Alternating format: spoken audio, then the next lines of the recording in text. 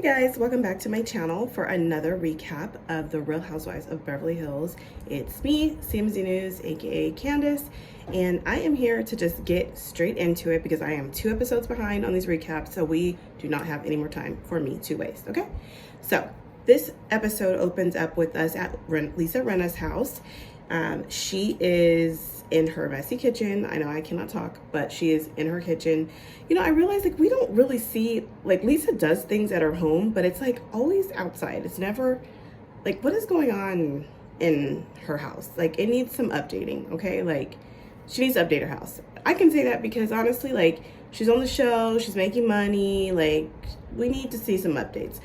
Anyway, she is making phone calls to everyone, inviting them over to wine taste at her home because it is finally happening. Her wine line, actually I didn't even know she was doing that 3 years ago when they were in Paris, or France, I'm not sure, were they in Paris? They were in France for sure, but she mentioned that she wanted to be the new rosé person, which is obviously a dig at Lisa Vanderpump, who has a rosé, and Lisa wanted to start her own, so she is calling everyone to let them know that Lisa Rinna Rosé and Rinna Chardonnay is happening. So she's calling everyone, inviting them, and so it was a nice little scene of that, her calling all the ladies. Then we go over to Sutton's home, and we get a quick little scene of Waylon, her dog, Waylon is digging up her grass, and he is so cute, and Matthew is chasing him. And if you've ever had a working dog, like working breed, Labrador, any of those type of dogs, they love to dig. They are so mischievous, especially when they're younger. I had a German short hair pointer that was wild. That's a whole nother story. And that thing like was digging a hole to China, seriously. So it's kind of funny. Matthew's chasing them all around. We get to see her kids, Philip and Porter, her son James, and I actually forget she has a young son. He is at Boy Scouts, and so Sutton is in the kitchen talking with her kids, and she's honestly awkwardly making a chicken salad. And I'm like, why is she so awkwardly like stirring it? I'm like, Sutton, do you like not cook? Like, is this weird for you to be on camera doing this? Which I can kind of understand that, but I thought that was really weird that she's like making the chicken salad, and they have that awkward moment where she's like mixing it, and it's, you know, making that noise. I won't go further. It's just kind of funny with Philip there. But she starts talking about her kids and what they're kind of up to, and she's got some really good kids. And Philip was saying how I guess he was feeling too comfortable in their life. He's had a very, very privileged life, and so she sent him down to Georgia because she's like, well, if you're feeling too comfortable, let me make you uncomfortable. She sent him down to Georgia with 100% humidity, 105 degree weather, and in about a month he was ready to come back home, and now he's going to be going to very prestigious military school, the Citadel, once he graduates from college. And you know, her kids, again, she just got some really good kids, very respectful, seem like they have a good head on their shoulder, and Philip is actually really nice looking, kind of built. So I was like, wow, it was really nice. It was actually a really sweet scene with her and her kids. As you know, her husband did not, which is why she wasn't a full-time housewife the first season, because her ex-husband didn't want the kids to be filmed. So as they're getting older and maybe can make that decision, it's, you know, the reins are kind of loosening there. And we get a scene with Garcelle and Dorit. They go to dinner and they discuss, you know, they greet each other, and it's like, oh, do we hug? Do we not hug? Because keep in mind, this is still pretty much COVID. Things are loosening up, but it's, you know, we're going through those waves kind of like we are now here, at least in California, where you just, it's going around again. So they order drinks. Okay, I have to give this a moment. We've got Dorit. You know, she's actually really grown on me. I used to think she was so phony, but she's really stayed pretty much the same. This girl ordering her drinks, okay? She orders a Belvedere club soda, 3 lemons, carcass out. What is that? Who seriously orders a drink and says carcass out? Like, why are you referring to a lemon as a carcass, the pill? I love it though, and literally I cannot wait to like order a drink like that. So they start catching up, and they're discussing Garcelle's book and how she's working on the audio of it. Garcelle is discussing how, you know, this book is very vulnerable for her because she's telling stories that she's never told before, including one about an experience that she had with Bill Cosby. As we know, what's going on with Bill Cosby and just his incredible fall from grace and being America's favorite dad to just really horrific stuff. So, you know, obviously a lot of this stuff happened 30 years ago, 40, a really long time ago, but it was just awful. And Garcelle also has an experience with them. So she didn't go into details. I have not read her book, but I think it'd be worth a read just to kind of find out a little bit more about her and all that.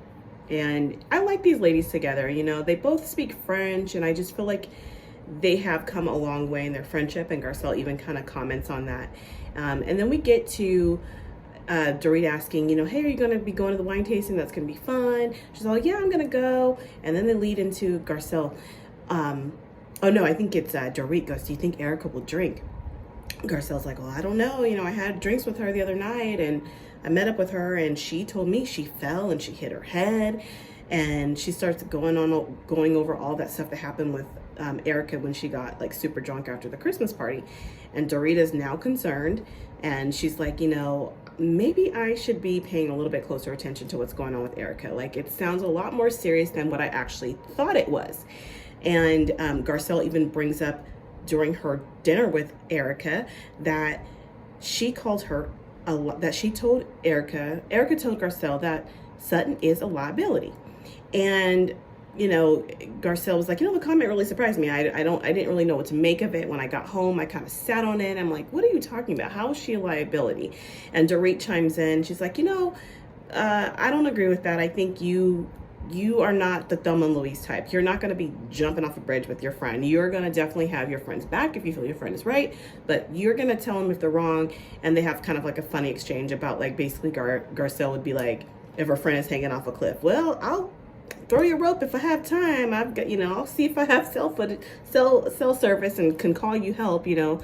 So I think that, again, it was a pretty sweet scene. Like, obviously they probably set that up for them to go together, but I think, you know, these are two women who are Dorit loves the fashion industry. Garcelle is a model. I feel like they are, you know, they both speak the same language. We are missing, if they could just let their guards down and could just really get on the same page, I think they could probably be decent friends. They're both moms, great moms. And I think we could really see I see little glimpses there. Then we head over to Erica's house, okay? And I just want to say, because last episode, Erica mentioned that she doesn't want to be in the position she's in. She doesn't want to be in this house. She doesn't want to be here. I freaking love her house. She has like that cute, charming Spanish style home. It's a beautiful home. It's obviously not the mega mansion she was living in Pasadena, but it is beautiful. I'm sure that home is $1 million. I know she pays who knows how much in rent. I think we actually do know, like $10,000 a month or something. But she's there with her publicist, Mikey, and they are team catch up on the Pretty Mess hair. She's got Mikey there, her publicist, and her assistant. So she's usually, when we get scenes with Erica alone, it's never with her and her family. You know, her son is not on the show, so it's always her paid employees, which, you know, I keep saying this, I would love it if we could see more of her actually, you know, like, does she have other friends that are not even on this show? Like, why is it only the paid employees that she's around? If she wants to be humanized, like, I need to see her do more human things, you know? And I mean, I guess obviously discussing her dating life, which she does this episode. In this scene, she's talking about how Maurizio wants to hook her up with somebody. And she's like, look, I've been in a 20-year marriage. I wouldn't be a good girlfriend to anybody. She's like, I am just looking for some good D. Okay? And I'm not mad at her. She was in a 20-year relationship. Listen, I'm sure Tom had his moments, but Tom was every bit of 80-something years old by the time we saw him on the scene. And I doubt he was putting it down like that anymore. Okay, let's just keep it real. So she was saying how she sent a text message to somebody about, you know, thanking them for the good deed they gave her the night before, and that person was like, well, I'm trying to give you some, but that wasn't me last night. So I thought that was funny. So she sent the wrong text, and then she's like realizing some things about herself, that she likes to inflict pain, and that she thinks that, you know, she might have a career being a dominatrix to like high-end clients. And her publicist is like, I don't know about that career move for you. I don't know about that. And then she talks about she even has a name for it. It'd be the Pretty Mess Dungeon. And then she's like, hold on, actually copyright that. I'm serious, copyright it. So we might see some other career opportunities for Miss Erica, Pretty Miss Erica, if you're Nasty Jane. But It was a really fun scene, actually. And then we go over and we have Rinna and Sutton, and they're at lunch at Lumiere, and very beautiful location. Rinna comes in immediately. He's talking about the wine and the Chardonnay, Rinna Rose, Rinna Rosé, Rinna Chardonnay. Sutton's like, well, how come you didn't have me help with the design of your bottle? And why didn't you ask me? And Rinna's like, I didn't need to ask you. I have, my own ideas. And Sutton's like, I have really good taste. And Rinna's like, well, I do too. And then they just start talking. Honestly, the scene was like, to me, it was all bullshit. Brenna's like, I really like you. I really, they do that whole thing. And she's like, I just want it to stop. I don't want to have problems with you. I get mad, I like torturing you. People think I'm such a bee. And she's kind of poking fun at the fact that she likes to poke fun at Sutton. And that, to me, she's admitting that she's an easy target and she can pick on Sutton because, Sutton will take the bait and Sutton will eventually get upset. And then they can not have her own storyline and she can take it all out on Sutton and make Sutton's stupid comments on Watch What Happens Live about the freaking AIDS dinner and Elton John and all that and make it a bigger deal than it needs to be. So they do a little scene where I guess like a day before Rinna is talking and she's still mad about it, okay? Anyway, so that wraps up. Now we are moving forward and all the ladies are headed over to Rinna's because now they're going to go do the wine tasting at Rinna Rosé. We get a scene of Erica calling Kyle, and Kyle is not coming because she has COVID. So COVID is hitting the ladies. Diana has it. Kyle has it, but Kyle does announce that she's got a new puppy. And I'm like, girl, why? Your dogs you currently have are out of freaking control. Why do you have another puppy that is now going to be eating everybody's food? You're already cooking every meal with your long, beautiful hair. Like, that drives me crazy about Kyle. Like, not only is her dog food probably in everything, her long hair is probably, I'm just like, when I see her cooking and she does all these scenes with cooking, which led me to think maybe Kyle was going to try teasing a cookbook or something. But I'm like, Kyle, can you please put your hair in a net? I don't care if you're at home. Like, stop it. And your damn wild dogs. Like, I'm not eating at her house, you guys. Like, I don't care if I got like invited over. I'm not doing it. Like, I need to see, like, it's like at the potluck when you're like, who brought it? Like, who brought what? Okay. I don't know. But anyways, we didn't even get much of Kyle. I don't know if I missed her, but whatever. We didn't get much of her. So the ladies start arriving. That was just my little tangent. I'm sorry. The ladies start arriving. Cherie is one of the first to arrive. Rinna announces that it's going to be the wines, and then it's also going to be some mixed with cocktails. So Cherie gets a Rinna Teeny, which is super cute. Erica then comes in. She's wearing a beautiful blush jumpsuit, rosé jumpsuit rather, and Erica denies taking a drink, and Cherie's like, why? To warm you up. And she's like, oh, I really can't mix it. She gets into that whole thing, and Dorita's listening, and she's like, I've realized that I really do need to keep an eye on Erica. So now Dorit's like, I don't know, her antennas are raised, and she's like, you know what? I actually need to kind of figure out what's going on with my friend. So Dorit's got her eye on Erica, okay? Garcelle arrives, and she is wearing Balenciaga sweater, looking beautiful. And I'm wondering, why does Garcelle keep arriving later than, like, every scene Garcelle is never there. She comes and makes this entrance. So I'm thinking, she might be trying to come for Dorit's crown of being one of the best dressed housewives on the show. But Garcelle, she's wearing beautiful Balenciaga, and it's so funny because Dorit gets up and she's like, oh, okay, you're who designed your shirt, because Garcelle poked fun in wherever they were last year, one of their trips, when I think they were in Italy, right? And she was head to toe in Louis Vuitton and Louis Vuitton, and it was just kind of funny because Dorita's always wearing her labels on her sleeve. You'll never know. You always know what she's wearing. And then Harry Hamlin comes out, and they start talking about how they had to set up everything because everybody's got COVID, and they didn't have any help. They're like, well, did Brenna do this, Harry, or did you actually do everything? It's bright right here. And Harry's like, okay, to be fair. Oh, hey, green orb. He's like, to be fair, actually, I did it. And then Renna's like, well, I did the leaf blower, which leads them into Renna's blow job book that she wrote several years ago. And Cherie's like, Harry, let me ask you a shocking question or the question was shocking rather. On a scale of 1 to 10 or 1 to 5, what is Rena's score in that department, and they have a fun little scene with that. Like, I could literally never imagine asking somebody's husband that. Like, that's so inappropriate, but you know, she wrote the book, so it was all in fun. Nobody was offended. It was, and they were actually really shocked that Cherie would even like say something like that, you know. So he gave her a 10, by the way. I should hope so. She's writing books about it. It should definitely be a quick 10. Then the girl, Erica's like, oh, Crystal's not there either. I think does Crystal have it? I guess Crystal has COVID too. So they're like, I forget how they actually started talking about it, but Erica's like, well, you know, I just want to leave this here, that Crystal is really struggling about her ED. She hasn't gotten help. She's talking about it on Facebook or Instagram, excuse me. She's sharing it with us. And so the ladies start getting into, you know, why isn't she getting help for this? Meaning professional help. Her family's aware. We're aware. She's making posts about it on social media. She's talking to the ladies openly about it. Why are you not getting help? Dorit shared that Crystal said that she has been vomiting daily. And so the ladies are just really not understanding why, with the resources that Crystal has, she's not seeking some sort of medical help for it, okay? Rena's like, you know, I went through this with my daughter when she was 15. We immediately got her into counseling, immediately got her assistance with it. And obviously this is something that you will deal with for a lifetime. It's a lifetime struggle. I don't know much about it, just from what, you know, people share on the show.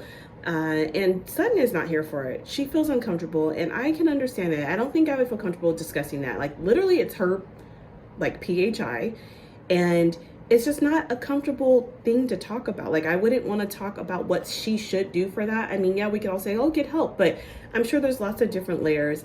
And Sutton didn't like it. She's like, you know, we're not here. I'm tired of us talking about each other behind our backs. So they all kind of wrap up that conversation, and they end up going to sit down to start the wine tasting, and Rena's business partners come out and they start introducing the wines. And it's a nice little scene. They actually all seem to really enjoy her wine, and I guess it still needs some work, and they were giving pretty good feedback, and Rena was really receptive to it. And then Dorit actually ends up mentioning at the table that she's got this great guy that she wants to introduce Garcelle to, that who just thinks she's beautiful and just like is really interested. And Erica's like, well, I'm not looking for a boyfriend. I'm looking for, you know, I got some good head last night and all this stuff. And so they have this fun conversation about Erica's shenanigans. And listen, Erica is out there. She is not single. She is still married, but Tom is definitely not going to be able to provide anything to her in his assisted living home. So she's separated in her mind, and she is out there in these streets, and she is having a good time, it sounds like. So same dinner, you know, same at the table rather, and Dorit is like, Erica, you know, whispers like, are you okay to be drinking? And Erica's like, yeah, you know, I can have a glass of wine. And so Dorit again is just like, you know, I noticed she's drinking. I've got some questions for her. I'm just keeping an eye on it, okay? So they Rena's like, okay, I'm gonna go feed you guys because they're drinking. They're feeling pretty good. Garcelle's like, look, I'm hungry. Are you gonna feed us? So they move from the little wine tasting area and they go back to Rena's patio to go have some food. Before they do that, though, Garcelle asks Erica for a moment. She tells her, and Erica goes over to her and she's like, look, I really enjoyed our date. I enjoyed our girls' night. But, you know, I have to say, when you mentioned about Sutton being a liability, that really took me, because I don't see it. Like, why do you feel that way? And Erica's like, you know, I feel like you have to clean up her mess. You stick up for her, you know? And Garcelle's like, well, that's a friendship. And Erica points out, well, you know, she's done some crazy things, like the comment about having the gun to your head and all that. And Garcelle's like, look, I told her that was wrong, and I will not defend that. And Garcelle goes, well, do you think I would stand up for you? Erica's like, not like you do for her. And she's like, you know, last year, you let me have it. And so they kind of have a good conversation about this. And she's like, you cut me no slack last year. I don't feel like you believed what I was saying. And Garcelle told her flat out, you know, I didn't believe all of it. Erica's like, okay, fair enough. You know, but I feel like that conversation, to me, it was it was, you know, it might have been longer than it seemed, but it was quick, but it was also, they kept it really real with each other. I felt like it was two people who are very guarded with each other. I feel like Garcelle is, how do I explain it? Garcelle doesn't believe Erica, and I feel like Erica has said things to Garcelle's face and then, you know, lied about it later, if you will. Like when she asked her if Tom was cheated, and she goes, no, he never cheated on me. And then she finds out in Palm Springs that Tom did all this, had been doing all this cheating and stuff. It's like, I feel like Garcelle has had moments where she could have been she was there trying to be a good friend to Erica. And, you know, Erica didn't let her in that circle, but now Erica wants Garcelle to give her some sort of pass and believe everything she's telling her, after she treated her friend terribly all last year and still treats her friend terribly. And Garcelle's like, no. You know, in that conversation, I'll add that Garcelle also wanted to bring Sutton into it, and Erica was like, no, she doesn't belong in this conversation. It's between us, and she can't, nothing good will come from her being in this conversation. So I thought it was one of the realest scenes of probably almost any franchise. They were calm. It was like two females who's like, I hate when people say females. It's two girls who are like, you know what, bitch, I got your number, kind of. And Eric even said, Garcelle's got it out for me, and I don't know why, because I have done nothing to her. So judgy, or something like that. And it's true. I think, you know, as we know, Erica hasn't been the most sensitive with everything that she's gone through or that Tom has done allegedly. So it's very off-putting, her behavior a lot of times. But, you know, there's more that I'm sure will unfold with that. So they end up going back to join the ladies, and Sutton just straight up confronts Erica because Garcelle had gave her a heads up. Hey, I'm gonna go talk to Erica about it, about her saying you're a liability. So Sutton is like, look, why are you calling her a liability? Why are you calling me a liability, rather? And if you're gonna say that, you say it to me, and you don't say it to her. And Erica's like, you know what? Because you've been in fights with everybody. You're literally having a fight with everybody here, and she's constantly there to defend you. And they bring up, you know, the Elton John gala again. She goes, you were upset that about Rinna and the sauce, you know, Garcelle not giving Harry the thank you for the sauce. So she's like, so you go on TV and you said what you said to try to embarrass Rinna. She goes, the difference between what Garcelle does is, Garcelle, you don't try to hurt anyone by supporting Sutton. But Sutton, you tried to embarrass Lisa and Harry on Garcelle's behalf. Now, that's not what happened. I didn't see it that way. Sutton was just making a point like, hey, you didn't give me a thank you for the situation at the gala. Garcelle did say thank you. She thanked Harry to his face, but you wanted all these multiple thank yous from Garcelle about this freaking sauce.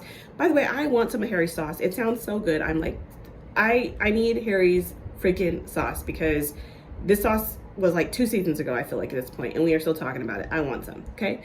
But we've got Rinna freaking fired up. She's also feeling pretty good off of her Rinna Rosé, okay?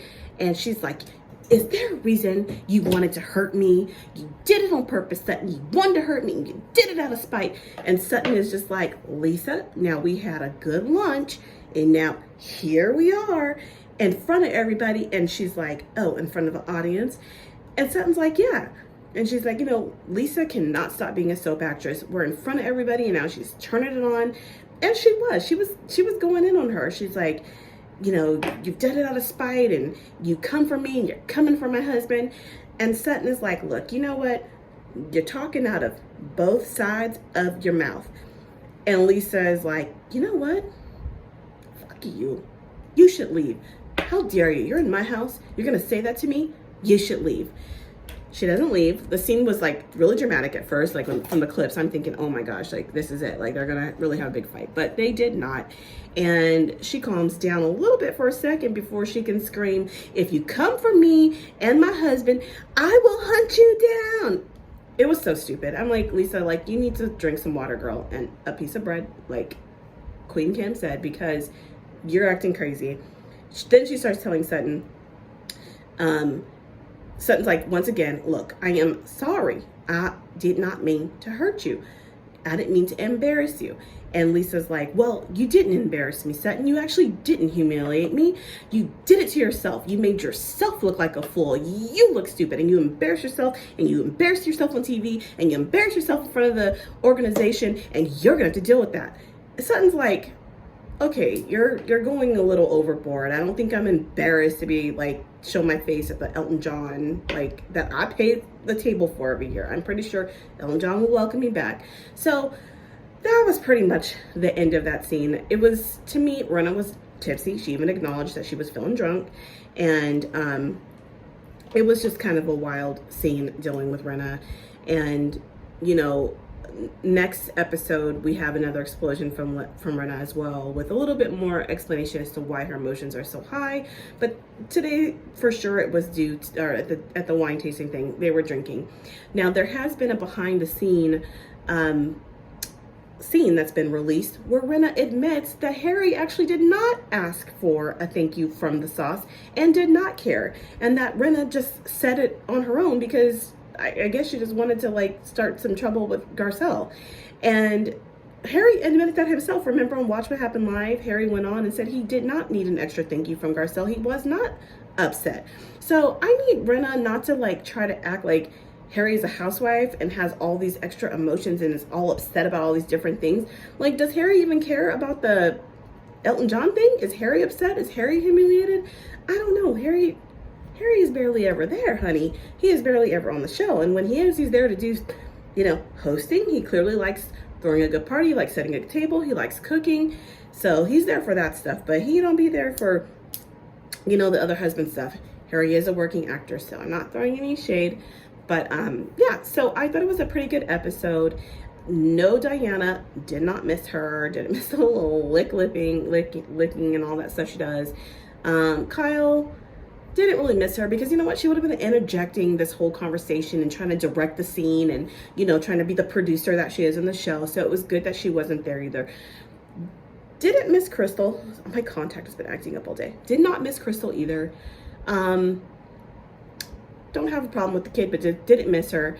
But I think it will be interesting when we see if she addresses the girls discussing her ED. So thank you for joining me. This was a little longer.